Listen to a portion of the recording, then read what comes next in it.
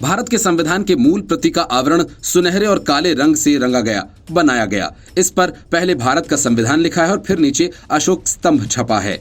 इसमें कहीं भी लाल रंग नहीं है, लेकिन कांग्रेस सहित इंडी गठबंधन के सभी सांसद लोकसभा में लाल रंग की किताब लेकर पहुंचे, जिसे वे संविधान बता रहे थे और बार बार उसे लहराकर कहने की कोशिश कर रहे थे कि संविधान खतरे में है। इसी बात को लेकर विपक्ष चुनाव मैदान में उतरा था और हार कर लौटा, लेकिन लौटते ही संविधान खतरे में है का नारा फिर गूंजने लगा। जब पीएम मोदी शपथ लेकर सांसदों का अभिवादन कर रहे थे, तब सिर्फ सुर्खियां बटोरने के लिए राहुल वही लाल रंग की किताब लहरा रहे थे। ऐसा ही राहुल गांधी ने तब किया जब गृह मंत्री सांसद के तौर पर शपथ ले रहे थे। मतलब कि चुनावी हार के बावजूद विपक्ष संविधान खतरे में है का मुद्दा छेड़ते हुए नहीं दिख रहा है। इसकी झलक 18वीं लोकसभा की पहली बैठक के दिन ही दिख गई। सदन की बैठक में विपक्षी सदस्यों के हाथों में एक लाल रंग की किताब थी और इसके बारे में दावा है कि ये भारत का संविधान है। विपक्ष बार बार इस किताब को दिखाकर संविधान खतरे में है का आरोप लगा रहा था। दरअसल 2024 के लोकसभा चुनाव में विपक्ष काफी हद तक इसको मुद्दा बनाने में कामयाब रहा और इसे जनता के बीच चर्चा का विषय बनाया और वर्ग को ये समझाने में कामयाब रहा कि भाजपा संविधान बदलने की योजना पर काम कर रही है। तभी तो 400 पार के नारे के साथ चुनावी मैदान में उतरी किसी भी पार्टी को सरकार चलाने के लिए 272 सीटों की जरूरत है और ऐसे में भाजपा एनडीए 400 से अधिक सीटें हासिल कर संविधान बदलने की योजना पर काम कर रही है। खैर, अब चुनाव बीत चुका है, विपक्ष इस मुद्दे पर अब चिपका हुआ है। समय समय पर सत्ता पक्ष की ओर से भी विपक्ष के इन आरोपों पर सफाई आती रही। पीएम नरेंद्र मोदी ने लोकसभा की बैठक शुरू होने से पहले मीडिया को संबोधित करते हुए विपक्ष को इमरजेंसी की याद दिलाई। उन्होंने कहा कि आज 24 तारीख है और एक दिन बाद 25 जून, ठीक 50 साल पहले इस दिन देश के संविधान पर एक काला धब्बा लगा दिया गया था। पीएम के इस बयान को सीधे तौर पर विपक्ष के आरोपों का जवाब बताया जा रहा है। पीएम ने इसके साथ ही ये भी कहा कि उसकी सरकार ये संकल्प लेती है कि भविष्य में संविधान को फिर से कलंकित करने की किसी की कोई अनुमति नहीं होगी।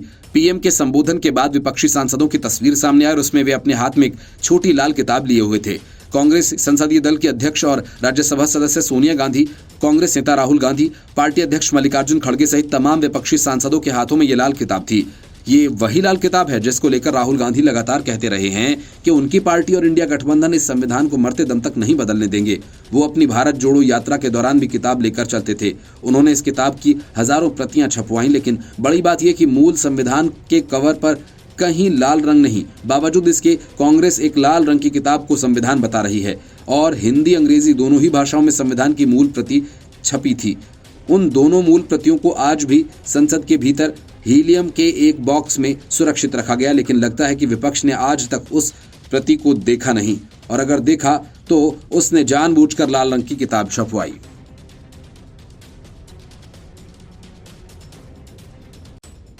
अरविंद केजरीवाल को जेल से बाहर निकलने की जल्दी है या फिर अभिषेक मनु सिंघवी को ज्यादा हड़बड़ी, ये तो वे दोनों ही बताएंगे। लेकिन जिस तरह से हाईकोर्ट का फैसला आने से पहले सिंघवी सुप्रीम कोर्ट पहुंच गए और हाईकोर्ट के स्टे को हटाने की मांग करने लगे, उसे देखकर सवाल तो उठते ही हैं। हालांकि सुप्रीम कोर्ट ने केजरीवाल की तरफ से दिखाई गई हड़बड़ी को कोई भाव नहीं दिया और उनकी पैरवी कर रहे अभिषेक मनु सिंघवी को खरी खरी भी सुना दी। सुप्रीम कोर्ट ने शराब घोटाला से जुड़े मनी लॉन्ड्रिंग मामले में सीएम केजरीवाल की जमानत पर अंतरिम रोक लगाने के हाईकोर्ट के फैसले के खिलाफ याचिका पर सुनवाई 26 जून तक टाल दी।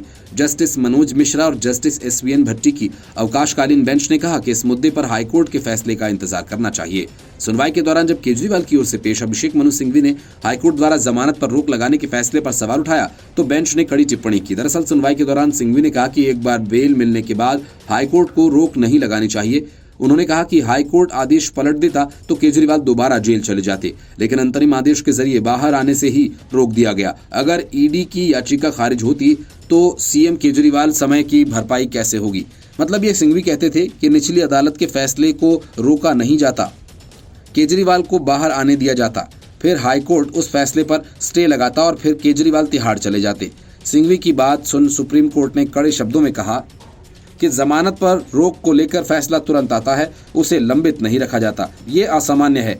बेंच ने कहा कि हाईकोर्ट ने साफ कहा है कि आदेश जल्द आएगा। सिंघवी ने बताया कि जब तक मुझे बाहर होना चाहिए। इस दौरान ईडी ने जजों को बताया कि हाईकोर्ट का आदेश कल या परसों तक आ जाएगा। ईडी ने अरविंद केजरीवाल को 21 मार्च को गिरफ्तार किया था। ईडी ने पिछले दिनों केजरीवाल को लोकसभा चुनाव में प्रचार के लिए 2 जून तक अंतरिम राहत दी थी। साथ ही कोर्ट ने जमानत के लिए निचली अदालत का दरवाजा खटखटाने का निर्देश दिया था। इसके बाद केजरीवाल ने 2 जून को सरेंडर कर दिया था। अभी वे तिहाड़ जेल में बंद हैं। केजरीवाल की याचिका पर निचली अदालत ने उन्हें जमानत दे दी थी। हालांकि ईडी ने इस फैसले को हाईकोर्ट में चुनौती दी थी। हाईकोर्ट ने इस मामले में अंतरिम रोक लगा दी थी। केजरीवाल ने हाईकोर्ट द्वारा रोक लगाए जाने के फैसले को सुप्रीम कोर्ट में चुनौती दी है। Bureau report, news of India. Arvind Kejriwal की मुश्किलें लगातार बढ़ती जा रही हैं। सुप्रीम कोर्ट से राहत न मिलने के बाद अब ईडी ने दिल्ली हाईकोर्ट में अपना जवाब दाखिल कर दिया और केजरीवाल की जमानत को रद्द करने की मांग की। अपने जवाब में ईडी ने केजरीवाल के खिलाफ नए सबूतों का भी जिक्र किया।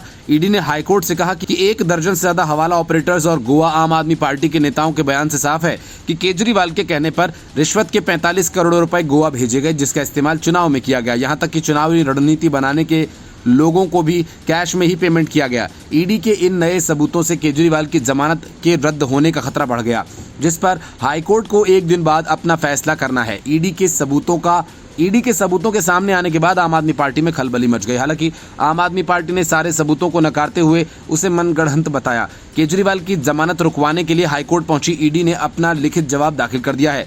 कथित शराब घोटाला में गिरफ्तार आम आदमी पार्टी के मुखिया की जमानत रद्द करने की मांग करते हुए ईडी ने कहा कि उसके पास पुख्ता और नए सबूत हैं।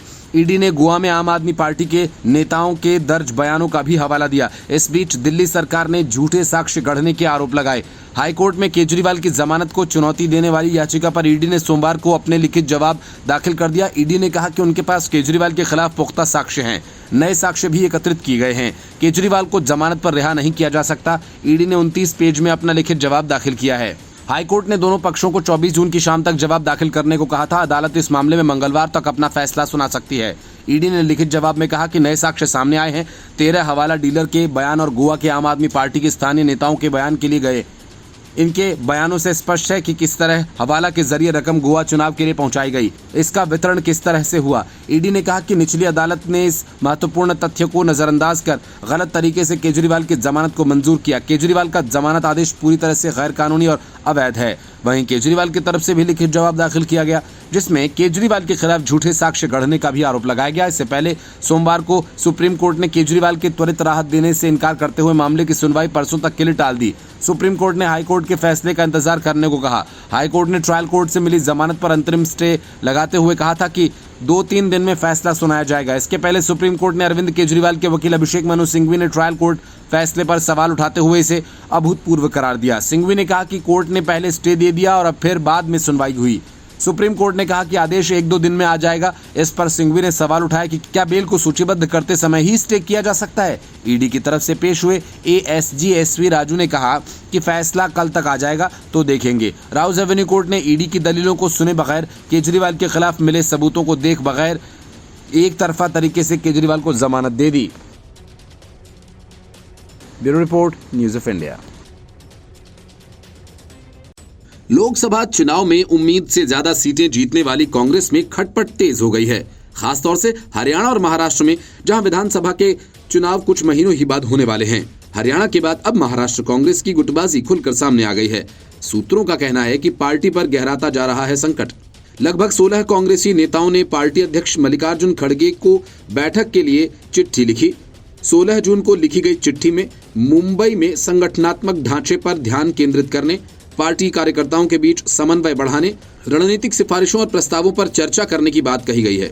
सूत्रों ने कहा कि वरिष्ठ नेताओं का एक दल चाहता है पार्टी नेतृत्व वर्षा गायकवाड़ को मुंबई कांग्रेस प्रमुख के पद से हटा दे।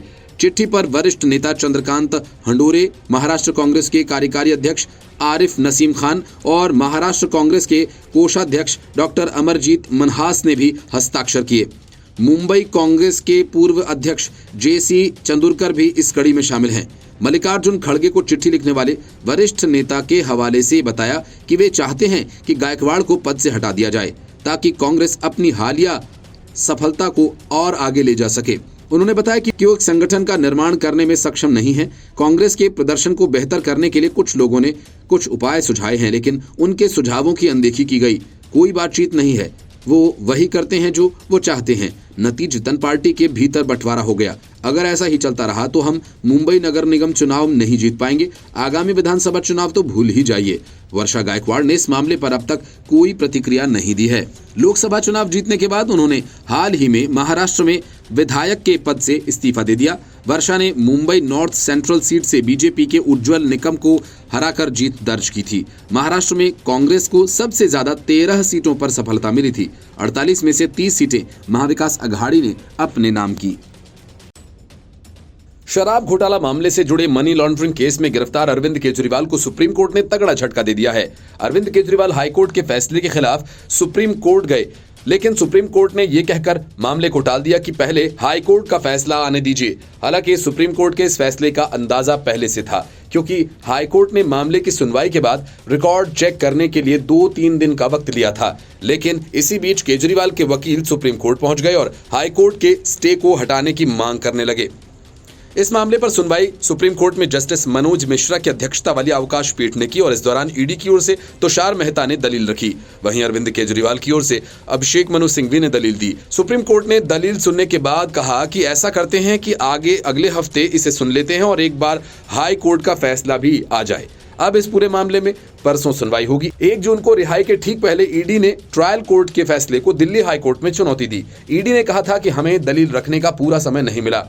कोर्ट ने हमें आधे घंटे में सब कुछ निपटाने को कहा, क्योंकि वे फैसला सुनाना चाहते थे। हाई कोर्ट ने दोनों पक्षों को सुनने के बाद फैसला सुरक्षित रख लिया, लेकिन केजरीवाल को मिली जमानत पर अंतरिम रोक लगा दी। जस्टिस सुधीर जैन और जस्टिस रविंदर डुडेजा की पीठ ने दोनों पक्षों को 24 जून तक लिखित प्रतिवेदन देने को कहा। आदेश सुरक्षित रखा गया है, क्योंकि ये पूरे मामले के रिकॉर्ड को भी देखना चाहते हैं। जस्टिस मनोज मिश्रा और जस्टिस एसवीएन भट्टी की अवकाशकालीन बेंच केजरीवाल की याचिका पर सुनवाई कर रही है। अरविंद केजरीवाल के वकील अभिषेक मनु सिंघवी ने ट्रायल कोर्ट के फैसले पर सवाल उठाते हुए इसे अभूतपूर्व करार दिया। सिंघवी ने कहा कि कोर्ट ने पहले स्टे दे दिया और फिर बाद में सुनवाई हुई। सुप्रीम कोर्ट ने कहा कि आदेश 1-2 दिन में आ जाएगा और इस पर सिंघवी ने सवाल उठाया कि क्या बेल की सूचीबद्ध करते समय ही स्टे किया जा सकता है। ईडी की तरफ से पेश हुए एएसजी एसवी राजू ने कहा कि फैसला कल तक आ जाएगा तो देखेंगे। राउस एवेन्यू कोर्ट ने ईडी की दलीलों को सुनने के बजाय केजरीवाल के खिलाफ मिले सबूतों को देखे बगैर एक तरीके से फैसला जमानत को लेकर दिया। पीठ ने कहा था कि ईडी के पास केजरीवाल के खिलाफ कोई सबूत नहीं है। अदालत ने केजरीवाल को 1 लाख के निजी मुचलके पर जमानत दे दी।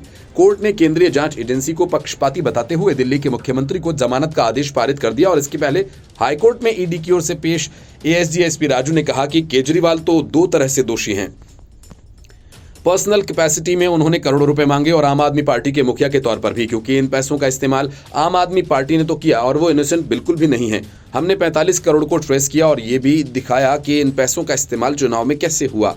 ये सब कुछ जमानत का आदेश खारिज करने के लिए काफी है। और इसके बाद केजरीवाल की ओर से अभिषेक मनु सिंघवी और विक्रम ने जवाब दिया। उन्होंने ईडी की तेजी पर सवाल उठाया और यहां तक कहा कि किसी भी आरोपी ने केजरीवाल का नाम नहीं लिया, एक भी पैसा बर्बाद नहीं हुआ। जिन गवाहों का नाम लिया जा रहा है उनको तुरंत जमानत दे दी गई, उन्हें लाभ पहुंचाया गया। ऐसा लगता है कि उन गवाहों ने दबाव में आकर बयान दिया। करीब 5 घंटे की जिरह के बाद आखिरकार हाईकोर्ट ने फैसला सुरक्षित रख लिया। हाईकोर्ट के फैसला सुरक्षित रखने से दिल्ली के मुख्यमंत्री अरविंद केजरीवाल को जमानत देने के ट्रायल कोर्ट के आदेश पर फिलहाल रोक जारी रहेगी।